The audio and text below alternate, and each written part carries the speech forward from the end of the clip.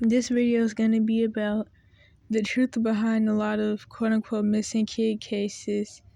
I'm going to use some examples like I really do in like any video I make from people I knew and stories that I've seen from people's personal experiences. And I also should say that sometimes the quote-unquote missing kid cases aren't really missing kids, it's runaways. And of course, there's a lot of things that revolve around that, like depending on the ethnicity of the person and if they're 15 plus and the state, the police won't look. And when a kid runs away, it's not even really the police's job to find the kid, it's really the parents. So like if they actually did look, if the kid was like younger than 15 and maybe had what people call missing white woman syndrome, the police would still probably only look for like 2 weeks. But commonly, if the person is 14 or younger, the FBI automatically get involved. I know either in Virginia or West Virginia, if the kids are a repeated runaway and they're 12, they stop caring. But yeah, so to get to the point, the first thing that I want to say, which I think I mentioned in another video, is that sometimes when you see Amber Alerts or missing kid, what are they called? Articles or whatever, news articles or alerts. It's really not even a missing or a runaway kid. It's just a dad trying to see their kid and maybe even trying to save their kid from the mom. This is actually really common. A lot of people don't know this.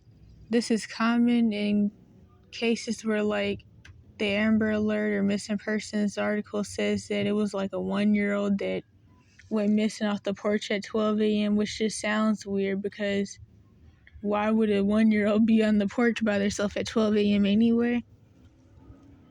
I remember when I used to see cases like this, I would actually find the parents' Facebook page and I would be able to say, yep, this is a case of a dad trying to see his kid or trying to save his kid, which is really common. But of course, guys don't really have any rights when it comes to things like this. And like I've said a lot throughout the years, the only time courts will really give dads custody is when they know that the dad is molesting the kids. Because of course they do that on purpose. Because the people who make the laws and the lawyers and all that are child molesters and traffickers and stuff. So they fight for their own kind, which is molesters. And there's a lot I could say about that, but then I'll kind of be somewhere else. So then there's other types of cases where like the kid isn't really missing, the kid is in the house dead or hiding from the parents in the house. There were plenty of cases like this. I remember there was even this one situation where the parents were abusing the stepson or something like that, and then eventually the stepmom got guilty, and so she hid the boy, the stepson that they were abusing, she hid him in a container in the basement or something. The basement or the garage, and she would sneak food in there to him. And then the police luckily eventually actually started looking and then found out that he was in the house the whole time. There's been a lot of cases like that. But now, to give my example story. So, of course, when there's missing person articles for runaway kids or whatever, they're never going to tell the truth about anything because the police really don't even care anyway. That's why, like, when the kid is, wait a minute. That's why, like, when the dad is trying to see the kid or when the kid's escaping abuse, the police aren't going to mention any of that, obviously, because they really don't care. They really, if anything, just want the people in the community to do all the work and give, what are they called? Anonymous tips or crime tips and turn the kid in so that way the police can get their paycheck for quote unquote finding the kid. That's what they really want. They don't want to have to do any of the work. and they don't care about what's actually going on, of course, which wouldn't really make a difference, because if you've ever seen like an abuse situation with the kid or even with domestic violence, but well, no, because then that won't really fit the point I'm trying to make. So like, if you ever see abuse with like a kid going on and you call the police, you'll notice that when the police come, they'll tell you that that's really not even their job and they don't handle that type of stuff, and they can't do anything about that, and you need to try to call CPS and try to get CPS to do something. That's what they tell people. Okay, Dane, what point was I trying to make? I don't even remember. So anyway, so I guess, I don't know, to get to the example story of a situation where the police were doing what they usually do. They put out the missing person articles, and then they don't really give any info. So basically, I don't really want to give a lot of information, but I guess since the information was already in the article, so a girl, because I don't want to like give out too much information. I don't even know if she ever made it to 18 or not. Well, no, I don't think she'd be 18 yet, but I don't know if she got caught or not. This is a while ago when I met her, but a girl runs from Philly to, I think, was it Arizona or was it Texas? Maybe both. So a girl runs from Philly to Texas. And of course, the police just said that she was running away, and they had put in the article where she was running to. But of course, the police know that the girl was trying to move in with her mom. So the dad, who was sexually abusing the girl, that's why she ran away, because he'd been sexually abusing her, like, I guess her whole life or something like that. It seemed like the usual thing with the traumatized girl, which this happens with boys too, obviously, but a traumatized girl who was the mom got with the molester dude who got her pregnant. This is common. This is actually what turns people into narcissists and gives them like the Jezebel and Leviathan spirits, all the spirits that go along with narcissism. This is commonly the ending factor that leads to somebody becoming a narcissist when they're already in an abuse situation, and due to the neglect or already being sexually abused before, they run after some molester type person and make them their boyfriend or girlfriend, or think that that's their quote unquote boyfriend or girlfriend, because they want the person to be like someone they could date, but also a parent type figure. And then the person ends up having a kid by the molester, which then gets them kicked out of their abusive relatives or parents' houses, or the abusive relatives or parents just don't help the kid with the baby that they had. And then these people commonly end up becoming narcissists. That's something really common that you'll see, especially with female narcs anyway. They had their first kid at 16 by some molester type dude. But that's kind of a whole nother story, so now I'm going somewhere else. But I really have been wanting to make a video about that, or mentioning that, because I've noticed that a lot throughout the years. That people who get pregnant as teens by molesters or by somebody who ups and leaves due to them already being emotionally neglected and stuff usually end up becoming narcs or schizonarcs or whatever, because that's what I call them anyway. But yeah, so okay, where was I? Hold up, I don't even really remember where I was at, but that's probably the situation for the mom, which is what I meant to say at the end. 9 out of 10. And obviously, since the mom had ended up leaving the daughter and the dude, which was the girl's dad, for some lady, it just says a lot about the types of trauma that the mom already had.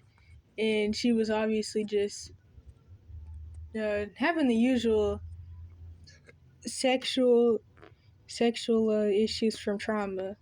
But I don't even really want to get into that. So, to get back to the point with the daughter was running from the dad, and wanted to move in with her mom because her mom was claiming that she would help.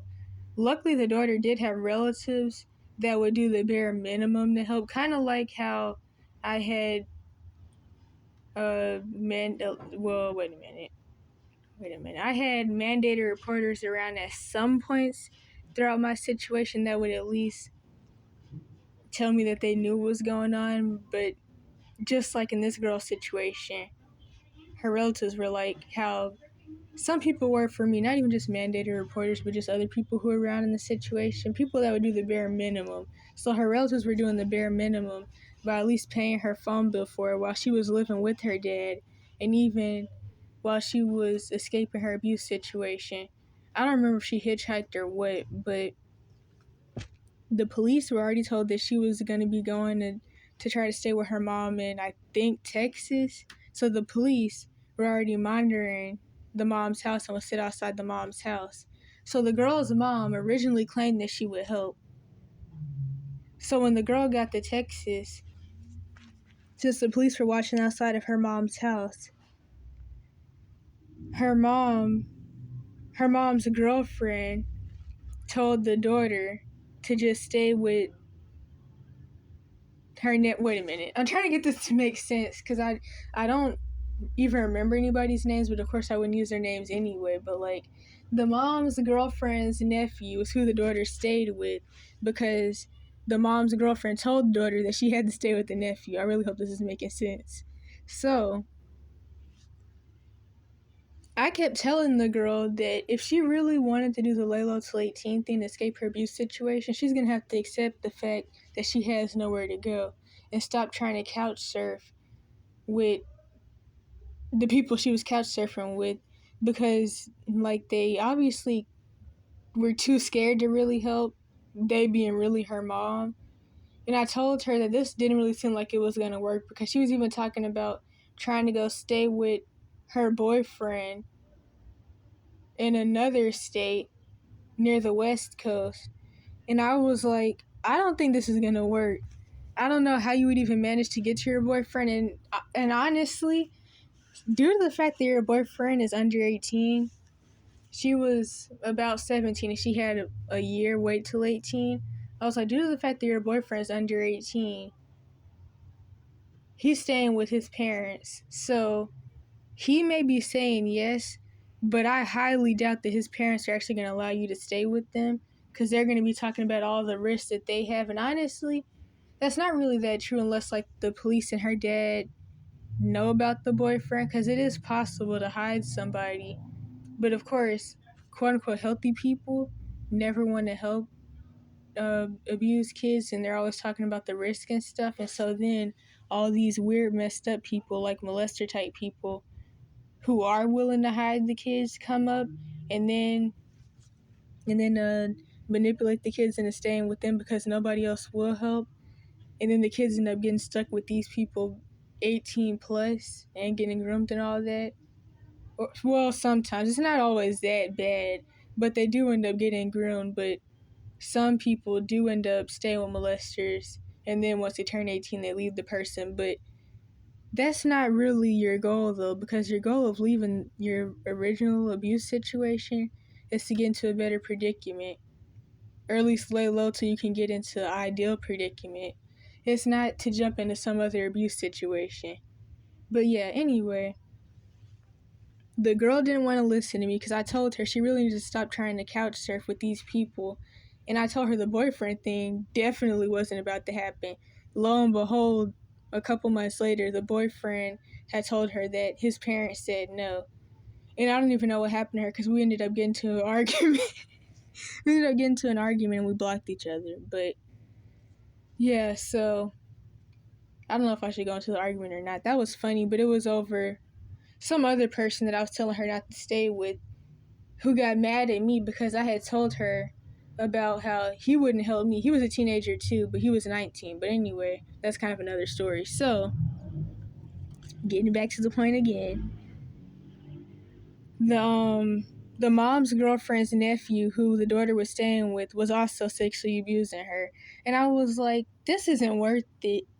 And I wasn't trying to like guilt trip her or anything, but I was like, that's really not worth it. You left the same type of situation, and now you're back in it. She was like, it's okay because I'm only going to be in this situation for a little while, and it's just where I'm staying at for right now, and I just have to deal with him for a little while, but at least I have a bed and stuff. And I was like, oh, that really isn't worth it. And honestly, something that I should go ahead and say is that if you're not willing to be homeless to do the lay low till 18 thing, it doesn't even mean you have to be like traditional homeless. You could just like camp in the woods or something and only be seen really when you're going to soup kitchens or whatever.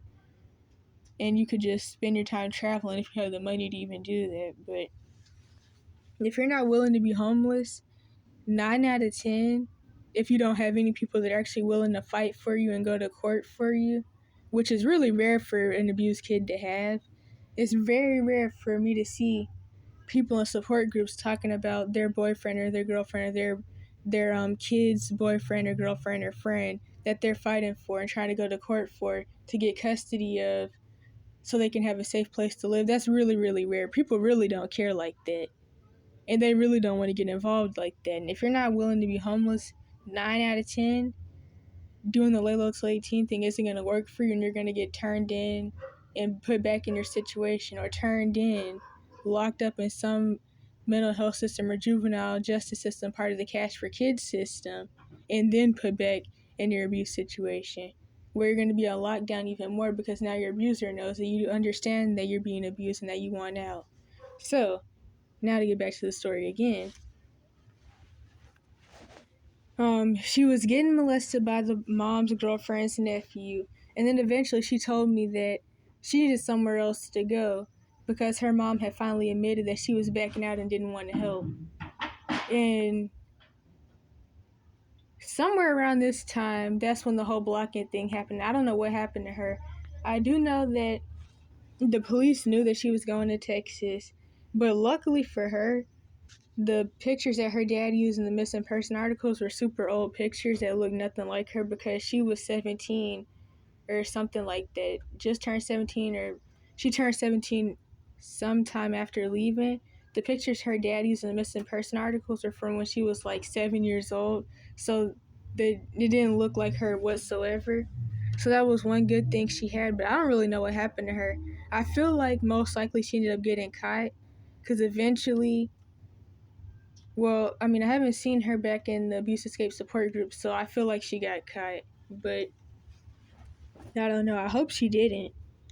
But I hope that she did eventually accept the fact that she was going to have to be homeless and hiding and laying low for not for about a year, for a year.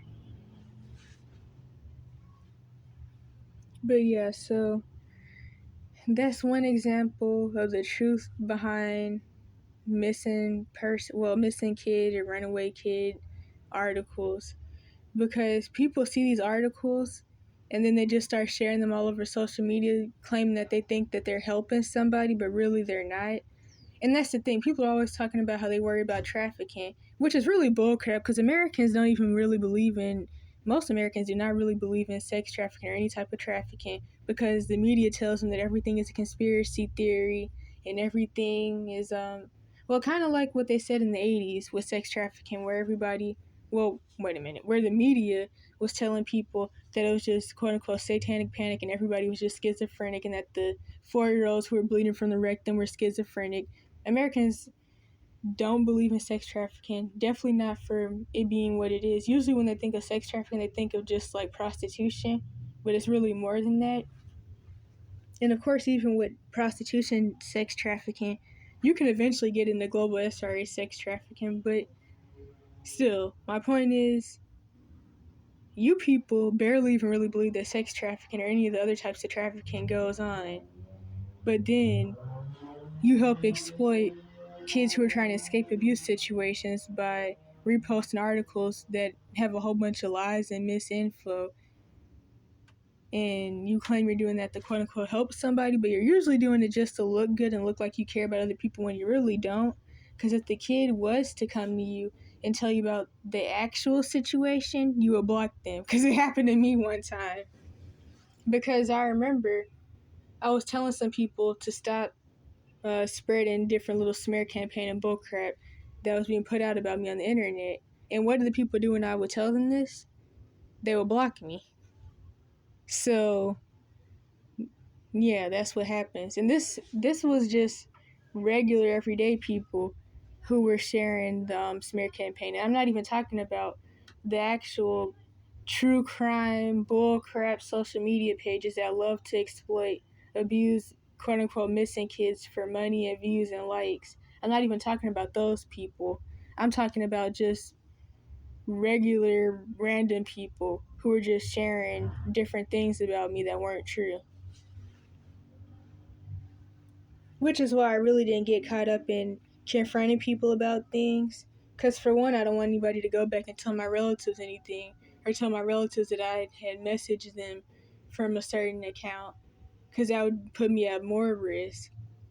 Even though my relatives know where I live anyway, which, I mean, that's that. But yeah, so when you see these missing kid articles, you can care, but like, just know that 9 out of 10, the situation isn't what you're being told. Because, like I already said, missing person articles and runaway kid articles and posts don't really give any info. They just tell you to turn the kid in and report them. So, yeah, this was the girl who was running from her dad to try to move in with her mom. But of course, the police like to make it seem like the kid is just running or the kid is just missing. They never even let people know that the kid is moving in with another relative. But then people are in the comment sections of the post about the kid being a runaway, talking junk and talking all that stupid plantation slave trauma mess about whooping people and all of that when they don't even know what they're talking about.